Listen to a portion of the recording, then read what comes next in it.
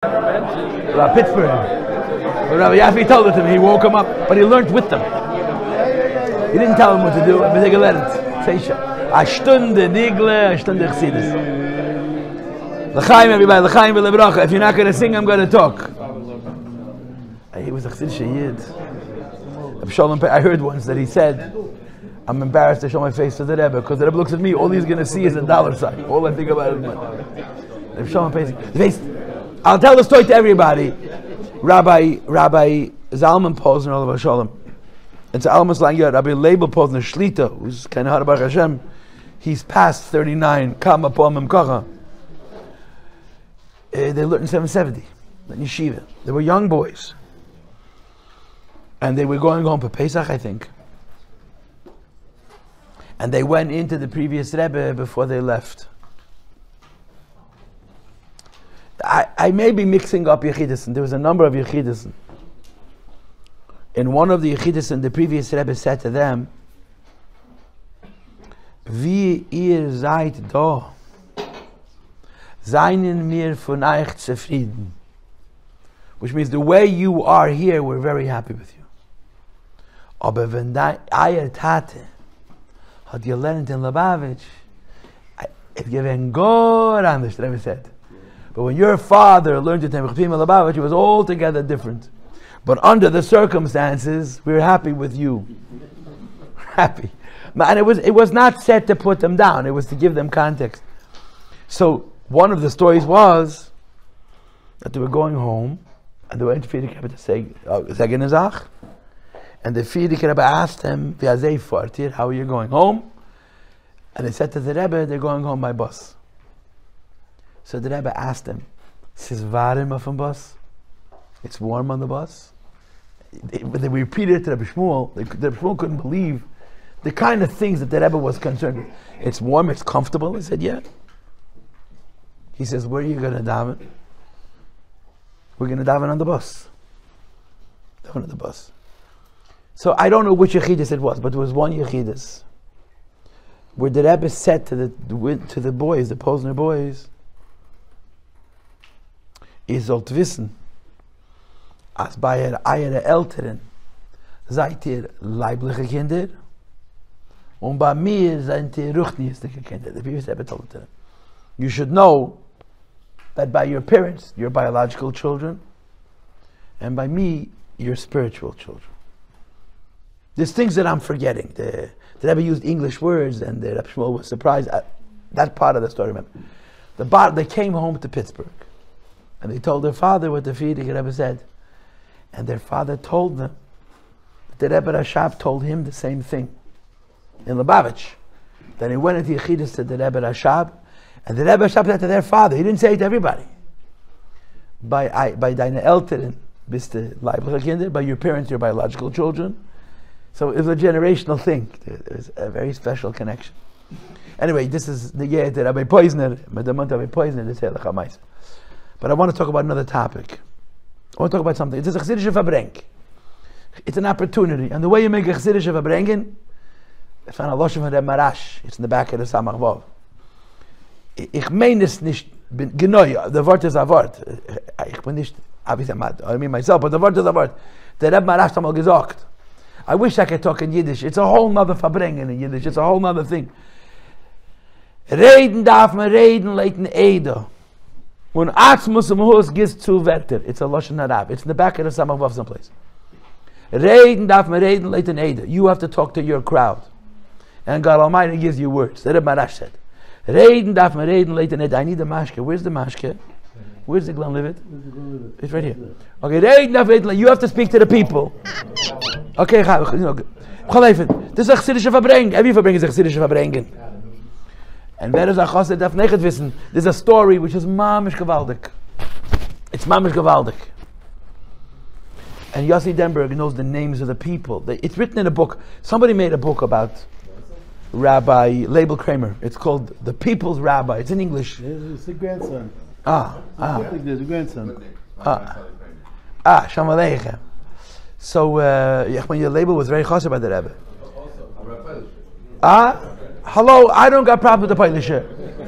You know what's about the Paltiel? As a Russian Fed, The Polish haben Midas Tevis. They were nice people. They were pushed nice people. But you should know, I'm telling you, the Rosh said, Far the Tzares. Then again, if you look at my Zayde Schusterman, again, Rosh said, I got good to Midas. The Tzares haben sie gemacht mit Schugel. He tells me, Remeg when Azazi said it. Und sein Sohn, wenn nervöser. I said, you know when he grew up? In other words, Eidachim the Tzares, Yerushalayim Merech Dazen. Yerushalayim got echt gut to Midas. The schlechte Midas are gefahren from the Tzares. I'm telling you. If you saw Rosh said that we're somehow protected from those Tzares, some Gahat good to Midas. The Tzares, the Tzares, the Tzares. The Tzares, the Tzares. Anyway, it's Alim Utzchus. Anyway, so I'm going to tell you a Maise HaLashon Hara, maybe you don't even know it.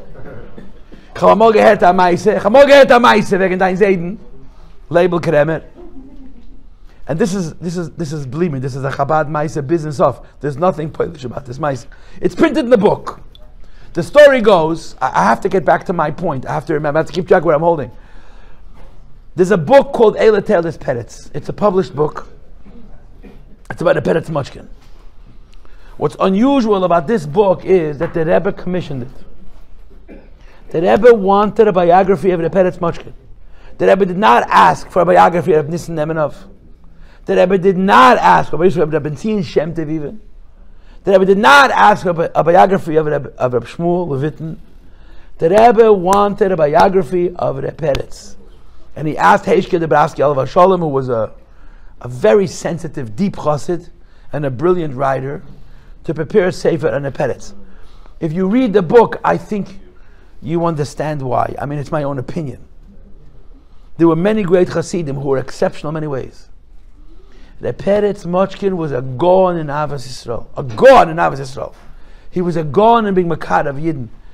The Rebbe liked the Peretz. The Peretz was a special chassid. The Peretz Mochkin. So in the book of the Peretz Mochkin there's a story. What's the story? He was in Paris. It's the summer of 1950.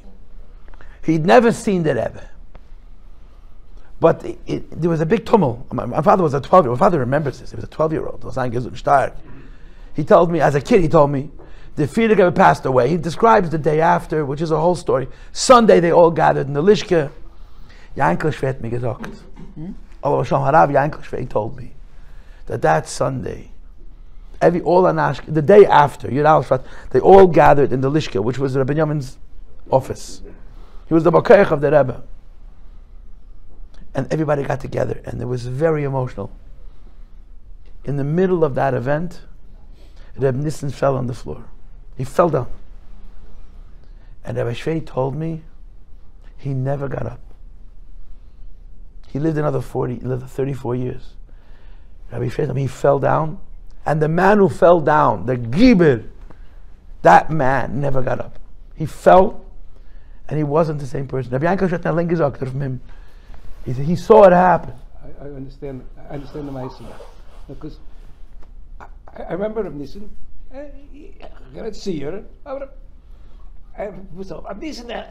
That's Reb Nissen. He told me he saw him fall. Now I understand. You used to come around. I don't remember. Yeah. He used to come around. And was.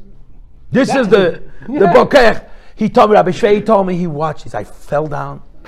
The person who fell down never got up. It's interesting. It's very powerful. It's very upsetting. Anyway, the Peretz Mochkin was living in France. My father told me, as soon as the Frierdiker passed away, everyone was talking about Ashag. But it took a very short time. Within weeks, there was a Ramash. Someone found a photo of the Rebbe.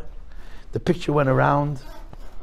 And there was a whole thing, Rashag Ramash. As time passed, Rashag became less and less the conversation, and the Ramash became more and more the conversation. In the summer, the Peretz made a Farbrengen. The Peretz was a Chassidish Yid. I heard from people in Montreal every Shabbos for many, many years. My father was a Bacharel. He would, after the Mosif, he would sit down. His expression, let's sit for a little bit. He sat till Mincha. Mincha could be 8 o'clock. Whenever Mincha was. The whole Montreal came to hear him. The Peretz Mochkin was Makad of all the Chassidim, not just Lubavitch. They all were broken people. They all came from the war. They all came to the Peretz. Every Shabbos, like clockwork. The Peretz sat till Mincha. And he would sing Polish in Nagun. The Peretz had a chush in the Lagerin. He learned after the war. He met Chassidish Yidden Polish. He learned their Yiddish and Nagunim. He liked them. And he would sing them. The whole Montreal come. The Peretz was a very important person in establishing Yiddishkeit in Montreal on the level of Charedim, of Elcha Yidden, the Peretz. He was in France still. And there was a Farbrengen. And he talked about his kashrus. He Farbrenged with the younger Chevre. He was a Tomim, he learned in Lubavitch, about connecting himself to the Rebbe, the Ramash. When the Farbrengen finished, he said, "Nu, so the Rebbe should helfen, aber so sich sein mit dem Rebbe." The Rebbe wasn't even Rebbe official. But he finished the Farbrengen by saying, Hashem should help us all, we should be married to see the Rebbe. That night or the next night, he had a dream. And he saw the Rebbe Rashab, not the Frierdiker Rebbe. And the Rebbe Rashab said to him, Peretz, I thank for the raid. Peretz, thank you for what you said by the Farbrengen. And he understood that the Rebbe Rashab was thanking him for talking about his kashrus to our Rebbe. Fast forward 2 or 3 years, he moves to Montreal. And he repeats the dream to Rabbi Label Kramer, to Dein Zayde. Remind me that I want to tell you something that I heard from Michael Kramer. Remind me, I want to tell it to you. Your uncle. It's beget to this Meise. There's nothing Polish. What I'm going to tell you about your Zayde is pure Russia. In other words, Polish is an Chassidim. You get pleasure for making fun of them. Nidavas alachem. Atomim is atomim is atomim. So he tells Rabbi Kramer the story. So Rabbi Kramer says to him, you have to tell the Rebbe the story. And Rabbi Kramer tells him, you should know, I had a dream in Tafshin Yud in 1950. And I came to the Rebbe and I repeated the dream to him. And as often happened in such cases, the Rebbe asked me to repeat it a second time. And the Rebbe thanked me and told me, don't tell anybody the dream. Tell keinem nicht. So in Peretz's book, you have this story that Label Kramer had a dream, Dein Zayde had a cholam, the people's rabbi had a dream, and he came to the Rebbe and he told the Rebbe the dream, and the Rebbe said, don't tell anybody. So the Peretz wrote a letter to the Rebbe in 1953, telling him a story that happened in the summer of 1950. And the Rebbe answers. And the letter is printed. But if you don't know the story, it's meaningless. Masha Kosov, Masha Rav, Chulu, Tach. This that you wrote, that you saw, etc., thank you. Now, if you don't know the story, it's meaningless. In other words, the Rebbe answered him in the kind of way that unless you know that it's about a dream, about the Rebbe's Nesias, you don't get it at all. So as soon as I read this book, I went to look for a Kramer. Why? What was the dream? I went to every one of your uncles. He never told anybody. Is that Polish? You tell me. He never told anyone. I don't know all your uncles, but every Kramer I saw, the Montreal Kramer, the Grand Heights Kramer, the Tzas Kramer, whoever I saw, I said, no, what's the dream? The Rebbe said not to tell. Come on! What the Chorusha say? Yeah? Come on! Come on! He never told anybody the dream. It was so, it's amazing. Can you imagine having such a dream and never telling anybody? Chmein, that's bittul. That's bittul. Michal got Rachmanis of me because he saw how upset it was. His Valtei is up nice.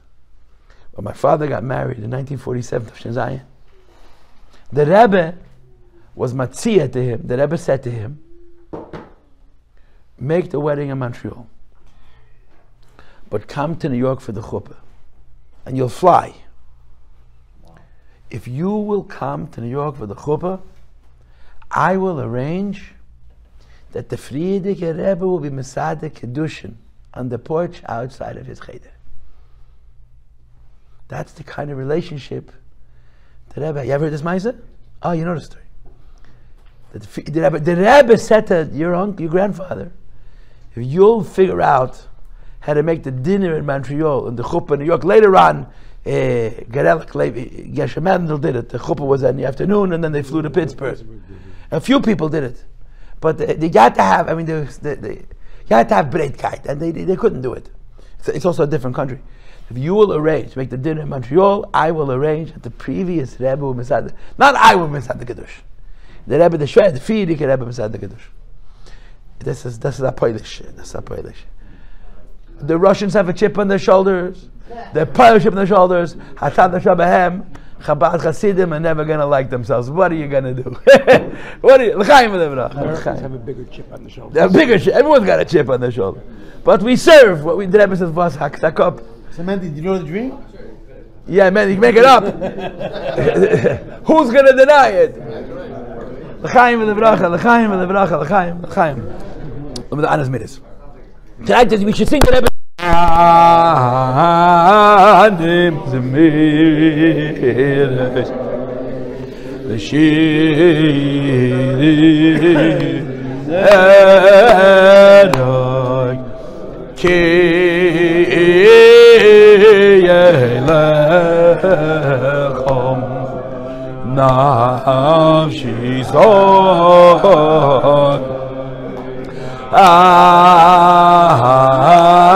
anim zemiris l'shiri eroy ki yelechom nafshi zot chaim lebrachim oy nafshi chamda b'tel yodeh cholo dos toro zoydechom oy nafshi chamda b'tel yodeh cholo dos